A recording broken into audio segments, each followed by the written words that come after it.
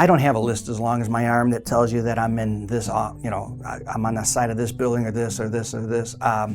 And whatever accomplishments I've made in that avenue aren't important to me. And I don't mean this to sound real sappy, but my accomplishments are to be able to create every single day, to have a loving wife that supports me, to support 2 children, and to be able to go into a studio and create for a living.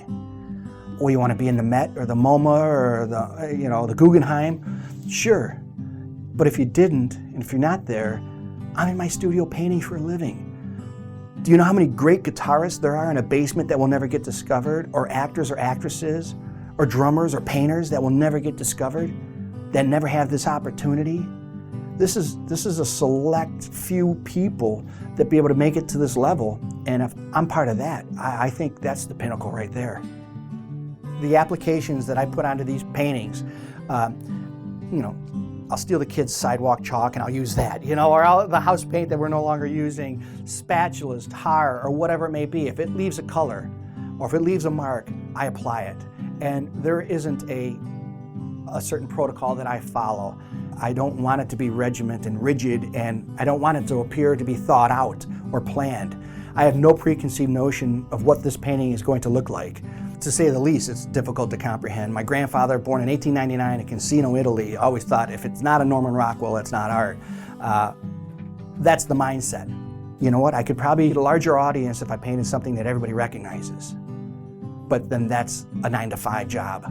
And then I'm chasing my tail because I don't know what the next trend is or thing. If I can paint from within here, they'll sell on their own. My parents and myself would drive around the Midwest or whatever, and we would go to all these auctions. They collected antiques, they collected leaded windows and glass and lamps. They had purchased a dragonfly leaded lamp, which was, that's the cat's meow of lamps.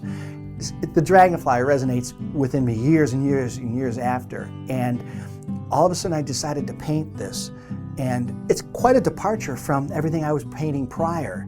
All of a sudden Yanke's painting a dragonfly. Well, I paint with my emotion, and I paint about things that are dear to me, not concerning myself with will it be accepted in the public eye. To have the yays and the nays are great, because the people that don't understand it, maybe eventually they will, and I'm reaching out to those people, and the people that do understand it, to have something that's adorning their home. Are you kidding me? Their house, they hang something of yours that you created in their home. I mean, this is where life and death and happiness and sadness, all these things go on in their homes, and it's such a sacred spot for so many people, and yet they hang something of yours in there. Are you kidding me? That's fantastic. Look at that reward.